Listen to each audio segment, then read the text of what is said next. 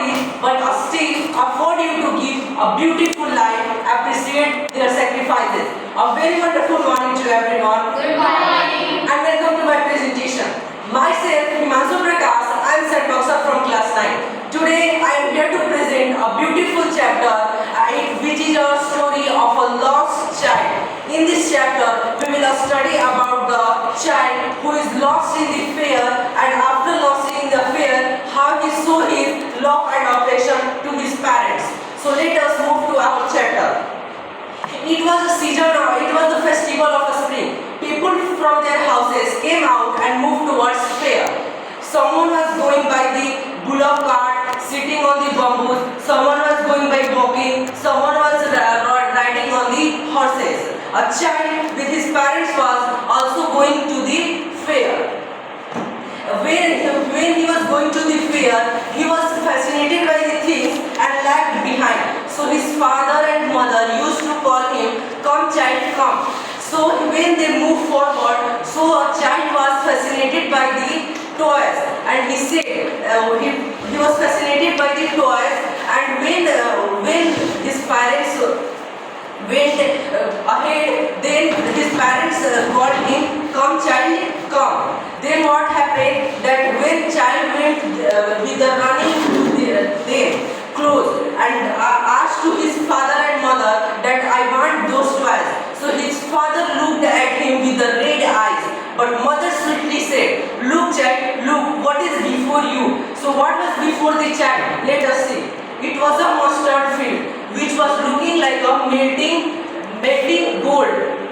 And in that mustard field, there was the dragonfly, the honeybees, and the butterfly. So the child went near the field, and whenever he tried to catch the dragonfly, they fly. So when they sit down, so he tried to catch, but he could not. So his father and mother called him on the footpath. "Come child, come on the footpath." So when he was going to the footpath, he saw a snake. He saw a worm and a small insect coming from the holes to take the sunlight. And he fascinated by that, and he stopped in seeing that. So his mother and father went to the shade of the grove and sit on the edge of the well. So after that, his mother and father called him. When the child came, so the shower of flower fall on him, and he listened the cooing of the bird, and he cried, "The dog, the dog." Then they start their journey, and in last they reach to the fair. So at first it was the sweetmeat shop. In sweetmeat shop, the child see the gulab jamun, the rasgulla, jalebi, and the barfi. But the child favorite was the barfi, and he wants to eat that. So he wants to eat that. But when he tried to tell to his parents, he could not, because he thought that if I will tell to my parents, they will refuse it, and they will say not to be greedy. So he went forward, and he saw the garments of Gulmohar. He also want that, but he could not say to his parents, because he knows better that his parents will refuse it and say it is so cheap. Then again he moved forward, and he saw a rainbow balloon.